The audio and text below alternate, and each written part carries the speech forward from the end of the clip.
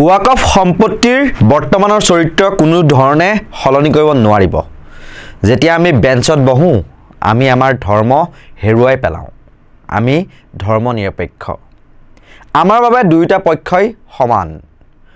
অমুছলমান ন্যায়াধীশে ওয়াকফ সংশোধনী আইনৰ শুনানি শুনিব নোৱাৰে বুলি কৰা যুক্তিক প্ৰত্যুত্তৰ দিয়ে এইদৰে মুখ্য ন্যায়াধীশ সঞ্জীৱ খান্নাই।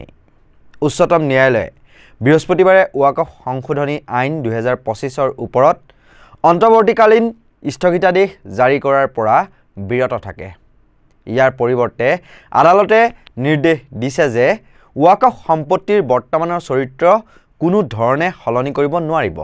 লগতে এই সময়ছোৱাত কেন্দ্ৰীয় চৰকাৰে ওয়াকফ বোৰ্ডত কোনো নতুন নিযুক্তি দিব নোৱাৰিব বুলিও শুনানিত উল্লেখ কৰিছে।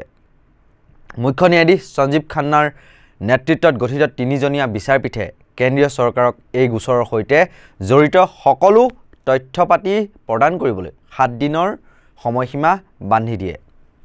অহা 5 মে'ত পৰৱৰ্তী শুনানিৰ দিন ধাৰ্য কৰিছে।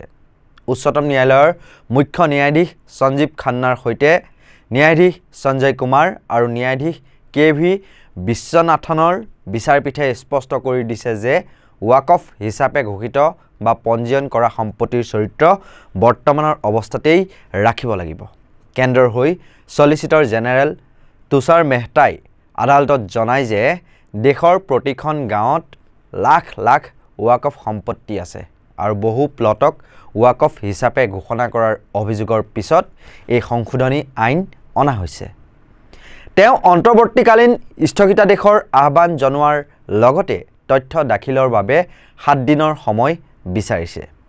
উল্লেখ্য যে ওয়াকফ আইনক কেন্দ্ৰ কৰি সংঘটিত হিংসাত্মক ঘটনাই উচ্চতম ন্যায়ালয়ক গভীৰভাৱে উদ্বিগ্ন কৰিছে।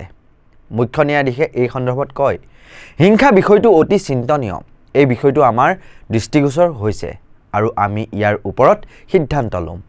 আদালতে স্পষ্ট কৰিছে যে গোচৰটো বিচাৰাধীন হৈ থকাৰ সময়ত ওয়াকফ সম্পত্তিৰ বৰ্তমানৰ অৱস্থা সলনি কৰিব নোৱাৰিব আৰু এই আইনৰ কিছু ইতিবাচক দিশ সম্পূৰ্ণৰূপে স্থগিত কৰা উচিত নহয়।